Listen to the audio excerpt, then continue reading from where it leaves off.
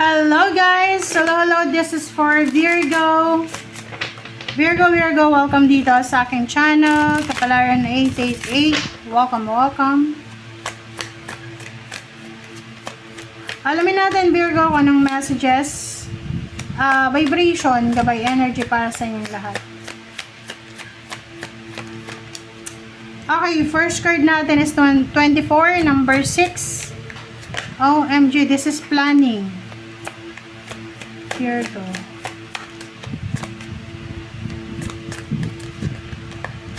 At love life yung nakikita natin dito.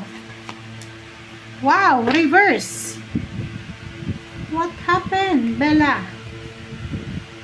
Bakit ganun? Okay, Virgo. Paki-comment sa comment section if you're resonated. If you're not, that's okay. Ang nakikita natin dito, there's a long distance relationship. There's a relationship between you and someone na nasa malayo. Pwedeng foreigner siya, or pwedeng Pilipino pero nasa ibang bansa siya, o ikaw yung nasa ibang bansa. Possible na nagpaplano kayo na magpakasal, magkita, ganito. But for the month of June, imposible yun. Walang pagkikita, walang eyeball, walang meet up na mangyayari. Pwedeng like eto chat, pwedeng or letter. Walang darating sa'yo. Hindi matutuloy yan. If you're planning this June na magkita, ikasal, walang mangyayari. I don't know kung bakit love life yung lumabas dito. But let's see. Okay, Virgo?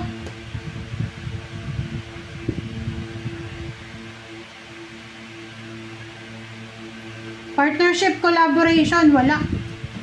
Wala yan. Puro lang kwento. Puro lang kwento yan. Hindi pa sigurado. Parang yun yung message sa'yo. Marami kang mga financial dreams, financial plans na hindi mo na mangyayari siya. Walang mangyayaring ganon.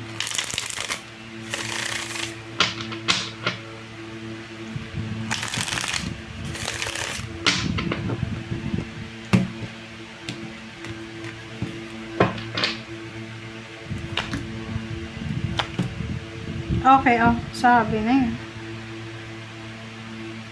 Yun There's someone na nag-o-offer sa'yo ng trabaho. There's someone na nag-o-offer sa'yo ng source of income, Virgo. You need to be careful here, Maging careful ka, Virgo, kasi patibong to Itong ino-offer sa'yo, there's a hidden agenda. Okay?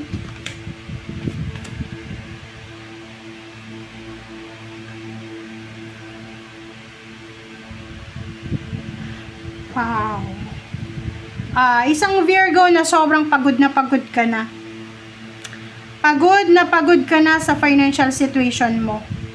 Ang nakikita ko sir dito, susubukan mo talaga Susubukan mo talaga kung ano yung magdadala sa'yo ng pag-asa, inspiration, ganon. You're willing to cross the ocean para dito.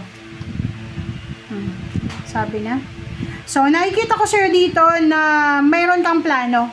Halimbawa, may trabaho ka ngayon, may another plan ka para sa sarili mo. But, yung two of wands dito, sinasabi ng barahan na you need to be careful sa mga plano mo na wala pang kasiguraduhan. Kumbaga, wag kang magbilang ng sisiw na wala pa naman na Kasi atong barahan to, tingnan mo uncertainty siya guys Huwag kang magalit sa akin Virgo. Kasi binabasa lang natin. Okay. Ulitin ko there's a parang nilulutong collaboration, partnership. Pero uncertainty siya, hindi siya sigurado. Ito naman, meron ditong Virgo na napapagod na sa kanyang trabaho, napapagod na sa kanyang pinagkakakitaan, sa sitwasyon niya sa pera. So, ang gagawin niya is maghahanap siya ng source of income. So, gagawin mo ang lahat. I hope na wag lang yung illegal guys Kasi pagod ka na dito eh. Parang pasan mo yung mundo. Sobra-sobra yung expectation sa'yo ng mga tao sa paligid mo. Bawal ka mag-fail. Bawal. Yun yung nakikita ko sir dito. Ang taas ang expectation sa'yo ng kapaligiran. And ang nakikita ko, pressured na pressured ka. 7 of Wands. Protectionan mo daw Virgo kung ano yung meron ka sa ngayon. Protectionan mo kung may trabaho ka sa ngayon, may business ka, may source of income. Yun yung importante, protectionan mo. Hindi mo kailangan maging perfect. Hindi mo kailangan kumita ng libo-libo. Okay? Ang importante dito, ginagawa mo yung best mo. Wala kang tinatapakan na tao. Protektado mo yung sarili mo. Yun lang. Huwag mong i-pressure yung sarili mo. 7 of Cups. Sabi ng para sa'yo, you have choices and options. Diba? Huwag kang magsisettle sa less. Huwag kang magsisettle. Dahil lang sa na-pressure ka na, magsisettle ka dyan. Ito yung mga nangyayari sa mga gumagawa ng illegal eh. Kasi nawawalan sila ng pag-asa. Akala nila, yun na lang yung magiging buhay nila. So, alam nilang mali, pero ginagawa nila. So, walang ganun. Kailangan natin lumaban ng patas. Lahat kailangan nating mag-sacrifice, mapagod, mapuyat, ganyan, pagpawisan, lahat. Okay?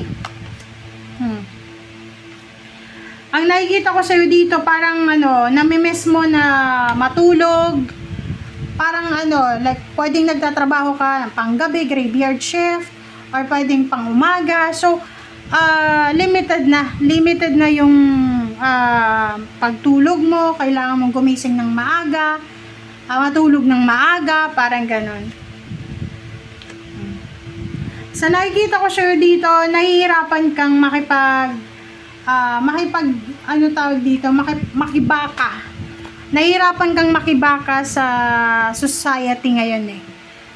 Alam nyo, hindi ka nag-iisa.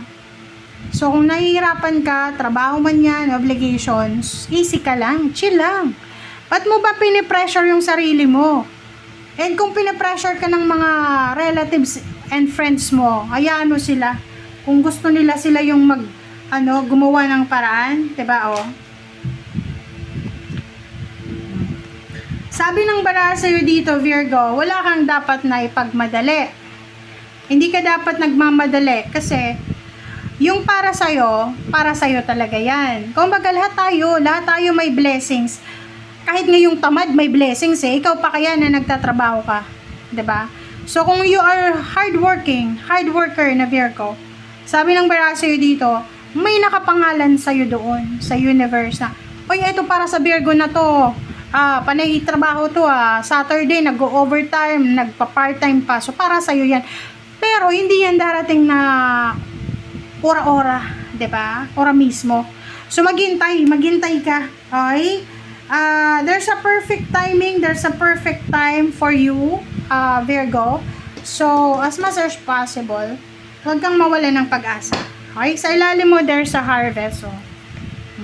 Sabi ng bara sa'yo, makukuha mo yung financial harvest na yan. Okay? Huwag kang mawala ng pag-asa. Darating at darating sa'yo. Kasi para sa'yo naman yun.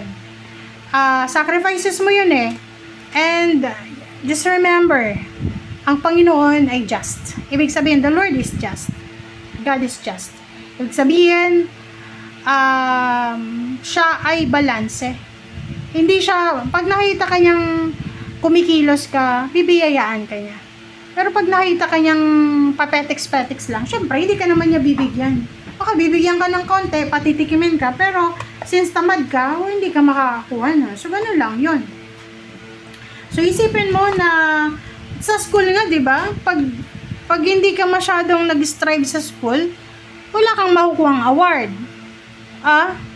Pero kung tatamad-tamad ka magaling ka sa school, syempre, palagi kang may award. So, ganun lang yun.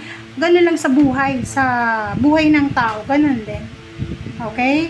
Ako dati, nung bata pa ako, akala ko, mga high school,